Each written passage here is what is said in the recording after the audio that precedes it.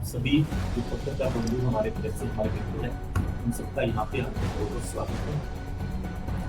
जैसे कि आप सभी जानते ही हैं, जब से सेंटर में मोदी जी की सरकार आई है 2014 से, और स्टेट में हमारे सरकार आई है, बीजेपी की सरकार आई है, तो वो लगातार इसी प्रयास में है कि किस तरह से देशवासियों को, प्रदेशवासियों को उनके हित में कार्य किए जाए। और आप देखेंगे कि लगभग पिछले 11 सालों में मोदी जी ने जो डिसीजन लिए हैं, वो डिसीजन जनहित में एक से एक बढ़ चढ़ दिए।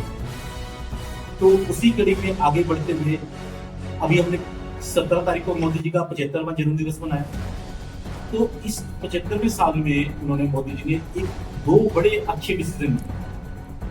देखिए, एक तो उन्होंने जब इस बार निर्मला जी ने अपना बजट पेश किया, तो उन्होंने बहुत अच्छा डिसीजन लिया।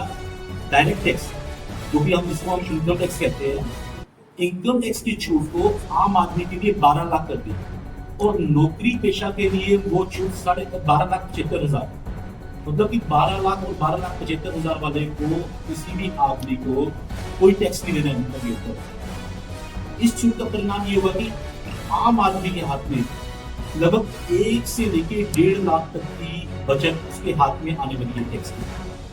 और दूसरा, जब उन्होंने इस बार 15 अगस्त को संबोधित करते हुए बोला कि भी हम एक जीएसटी रिफॉर्म लाने वाले हैं, जिसमें कि एक जीएसटी रेट कट करने वाले हैं, जिसको जीएसटी 2.0 के नाम से भी जाना जाता है। उसमें जो अभी तक 4 जीएसटी की 4 दरें थी, 5, 12, 18 और 28, प्राइमरी 4 दरें थी, उसको घटाकर 2 कर दिया गया। अब 12 और 28 वाली को हटा दिया गया है। ज्यादातर वस्तुओं को 5 के अंदर ले आए हैं, और कुछ वस्तुएं 28 में भी रखी गई है। थोड़ी बहुत वस्तुएं जिसका समाज को बहुत कम असर होता है या समाज के ज्यादा हित में नहीं है, जैसे पान, गुटखा, उसको 40 में रखा गया। उसका कोई जिक्र करने का कोई मतलब भी नहीं है। शराब और पान, गुटखा वगैरह को 40 में रखा गया, तो उसका कोई ज्यादा वो नहीं। तो इस जो ये रेट कट किया गया है, ये समाज में, हमारे देश की इकोनॉमी में दूरगामी प्रभाव डालने वाला है।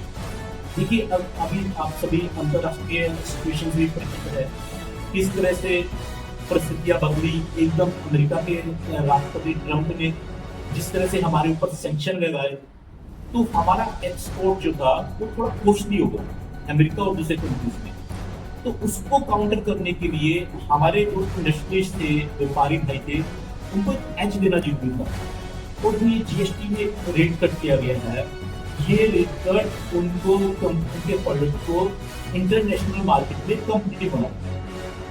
और दूसरा, देखिए, आम आदमी की क्या जरूरत है। हम लोग बोलते हैं रोटी, कपड़ा, मकान। इसके अलावा मैं थोड़ा सा आगे बढ़ना चाहूंगा, स्वास्थ्य। अगर आप देखिए, और बच्चों के स्कूल, एक आम आदमी देखता है कि पहले तो उसको रोटी मिल जाए, दूसरा कपड़ा मिल जाए, और अगर उसका मकान मिल जाए। थोड़ा सा आगे बढ़ता है तो स्वास्थ्य। हर आदमी आज की डेट में कई तरह की बीमारियों से ग्रस्त है, वो उसकी बीमारियों के लिए उसकी चिंता रहती है। और फिर बच्चे को लगता है कि मेरे बच्चे पढ़ लिख जाए। तो इन 5 क्षेत्रों में आप देखिए, हर आदमी को ये जो जीएसटी रेट तक किया गया, हर आदमी को, चाहे वो निम्न वर्ग का है, चाहे वो मध्यम वर्ग का है, चाहे वो आप जिसको कहते हैं रिच क्लास है, जो अमीर आदमी है, इन सबके जीवन को ये जीएसटी जो रेट करता है, ये प्रभावित करने वाला है। तो उसी को ध्यान में रखते हुए अगर हम बात करें, जो नंबर रोटी, तो जो पनीर, आटा, इस तरह की आइटम है, जो मेन आइटम है, उन सब के ऊपर जो पहले 5% की कैटेगरी में थे, उनको ज्यादातर 0% कैटेगरी में। इसी तरह से हम कह रहे हैं कि कपड़े के अंदर उन्होंने कुछ स्कीम बनाई है, उसमें रेट करती है। फिर हम कहते हैं मकान में देखिए, सीमेंट जो था, जो आपके पेंट से और जो निर्माण में लगने वाली सामग्री थी, उन सबको 28 से घटाकर 18 में लेके आया। अब आम आदमी को अपना मकान बनाना बहुत आसान है। अगर अब हम स्वास्थ्य की तरफ चले, तो स्वास्थ्य की तरफ जो हम कहते हैं कि लाइफ सेविंग ड्रग्स है, जो दूसरे ड्रग्स है, देखिए लाइफ सेविंग ड्रग्स तो काफी तो 0 पे है, पर अब जो कुछ आइटमें जो ड्रग्स थे, जो 18 में थे, 12 में थे, जो मेनली 12 में थे, अब उनको घटाकर 5 में लिख दिया। और अब आप देखिए कि उसका आम आदमी को जो मेडिकल के ऊपर जो खर्चा था, इतना बड़ा प्रभाव आने वाला है।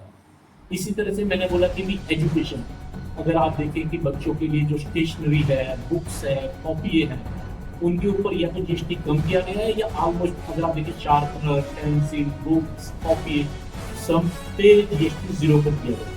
मतलब आप देखिए कि इतना बड़ा आम आदमी को सोच में रखते हुए आम आदमी की जो मध्यम वर्ग है बेसिकली क्या है कि आप जानते हैं कि निम्न वर्ग को तो भारतीय जनता पार्टी की सरकार ने प्रायोरिटी करी, और जब जब से कोरोना आया उसके बाद से तो और भी लगभग 80 करोड़ लोगों को अनाज फ्री में दिए जा रहे हैं, और इस तरह से लगभग 3 करोड़ लोगों को पूरे देश में घर बनाने के निम्न वर्ग से आते हैं, बनाए भी जा रहे हैं, ये भी जा चुके हैं, और वो सेंटर की स्कीम है जिसके तहत प्रदेश सरकार बना के घर दे रही है। हमारे हरियाणा में भी लाखों घर दे चुके हैं और अभी चल रही है। इसी तरह से आप देखिए कि जो हमारे व्यापारी वर्ग थे, जो इंडस्ट्री थे, उनके लिए पहले इनकम टैक्स में बहुत बड़ा रिफॉर्म आ गया था, 25% रेट कट कर दिया। तो काफी समय से एक चीज महसूस की जा रही थी कि गवर्नमेंट ने निम्न वर्ग को भी काफी सुविधाएं दी है, और गवर्नमेंट ने इंडस्ट्रीज को भी बहुत सुविधाएं दी है, पर एक मध्यम वर्ग को कहीं लगता था कि वो बीजेपी का कमिटेड वर्कर है, पर शायद बीजेपी उनको जो राहत मिलनी चाहिए थी वो नहीं दे पाई। पर मोदी जी ने इस बार आने से पहले बोल दिया था कि भी इस बार जो मध्यम वर्ग को सुविधा मिलेगी वो उसको महसूस करेगा। और आप देखिए मध्यम वर्ग को इनकम टैक्स जो है 12 और 12,75,000, उस स्थिति को 12,75,000 करते लगभग मध्यम वर्ग के 90% लोग अपनी टैक्स स्लैब से, मतलब उनके ऊपर कोई टैक्स नहीं है।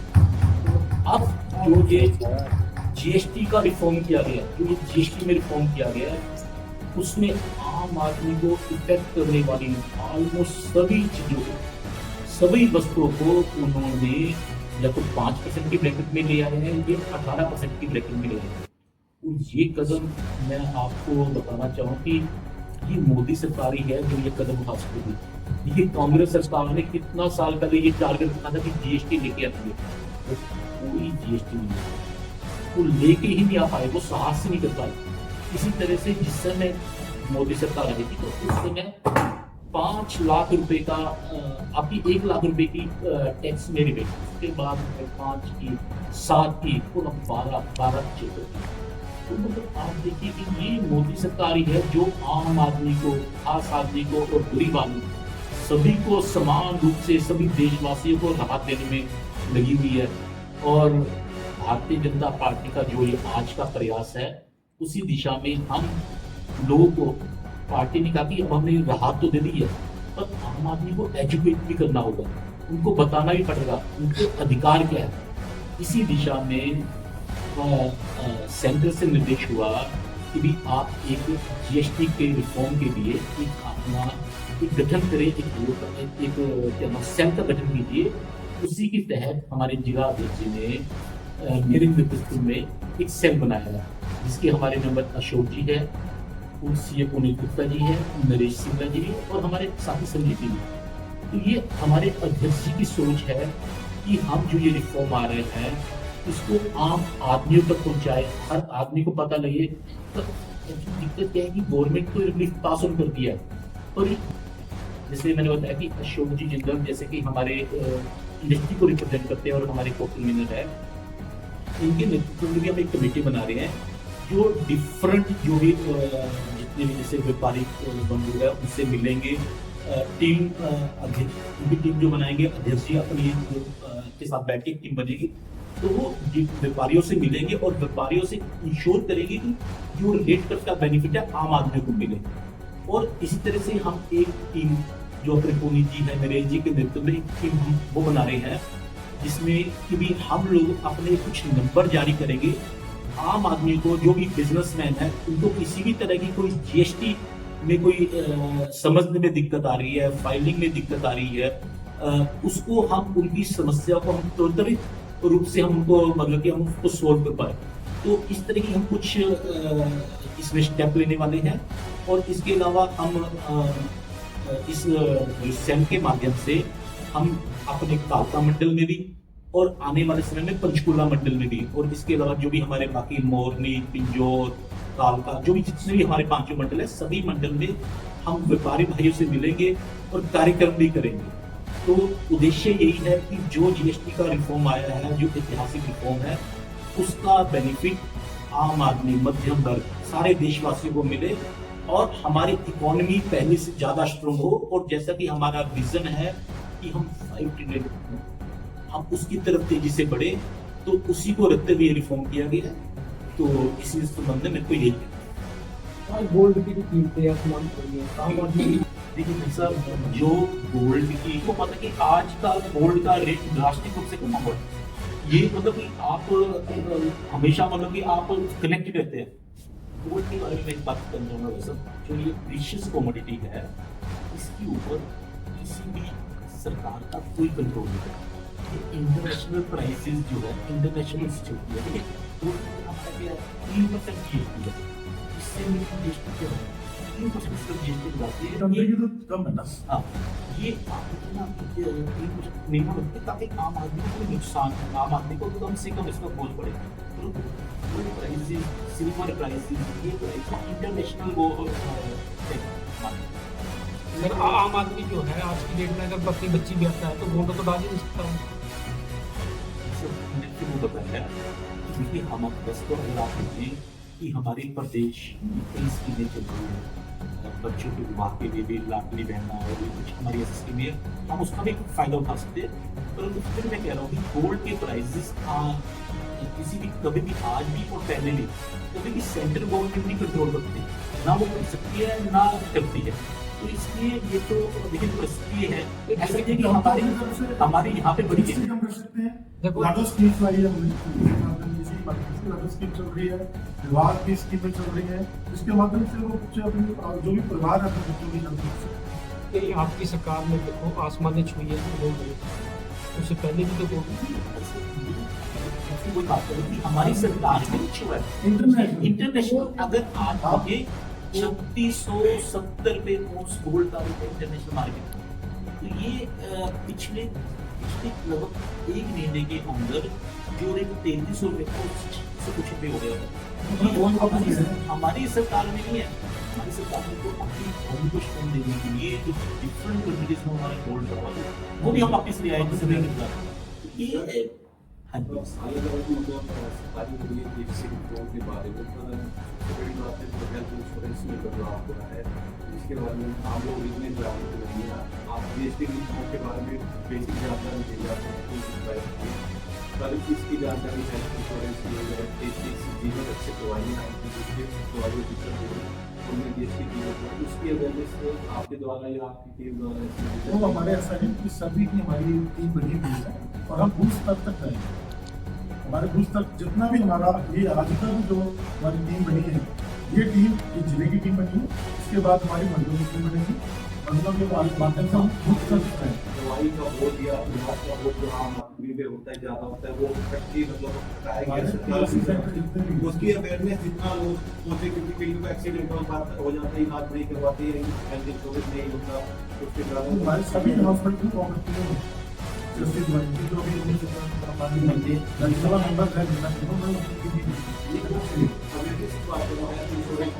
नहीं मिल पाते, लोगों को पता नहीं पाते। जैसे अभी आयुष्मान कार्ड बना था, लोगों को पता ही नहीं है कि उसको यूज भी करना है, हमने किस तरीके से। लेकिन लोग जो लोग उन्हें पढ़े लिखे नहीं है, उन लोगों को किस तरीके से जागरूक किया जाएगा, क्योंकि मेन तो गरीब तबका तो वो है ना जो मजदूरी वगैरह करता है।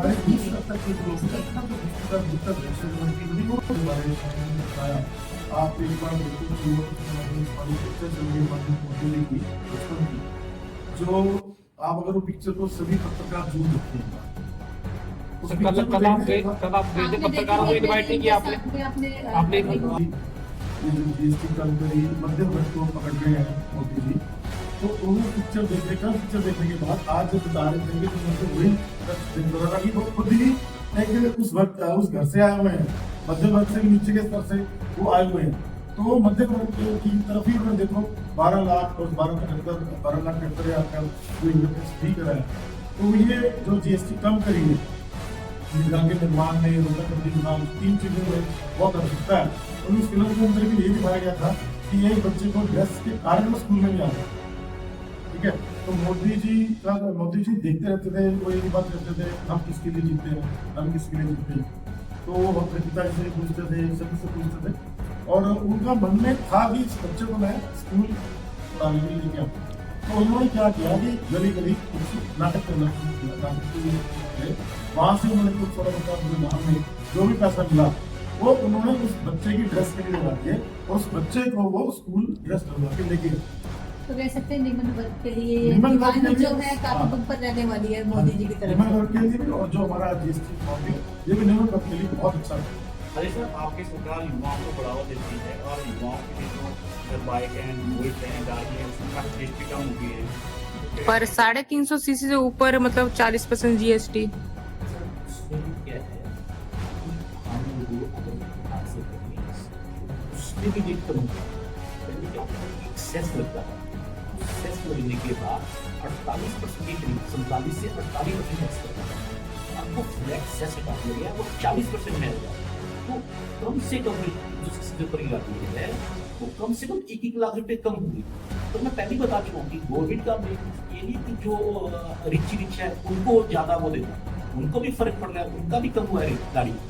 पर मेन क्या है कि जो आप मिडिल सेगमेंट है, जो लोअर सेगमेंट अब देखिए ना, इनकम टैक्स जो हाथ में रखेगा तो वो क्या करेगा, अभी तो बेचारा स्कूल लगता है अब वो गाड़ी देगा, और वो 28 से 18 के अंदर वो 10% लाने के लिए इतनी कम होना, मतलब छोटी गाड़ी में 1.5-2 2.5 लाख रुपये का फर्क पड़ना।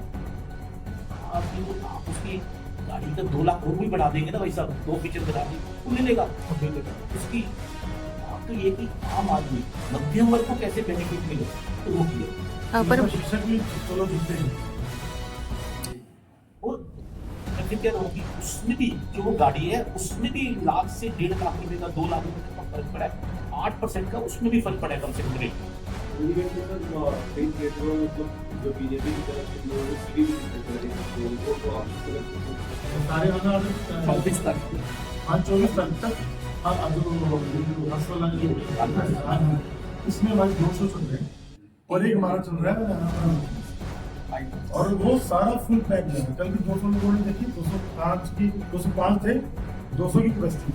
आज भी हमारा जो जा रहा है वो बच्चे खुद मैंने देखा, वहाँ पे जो गरीब घरों के बच्चे आए हुए थे उनके साथ में दिखी थी। तो एक लड़की ने कहा जी मैं बोलना चाहती, प्रेस वाले आ गए कुछ, तो वो कह रहे थे कि आप बोलो, लड़की बोलना चाहती है, कहती मैं तो ना बच्चों को भीख नहीं मंगवाऊंगी।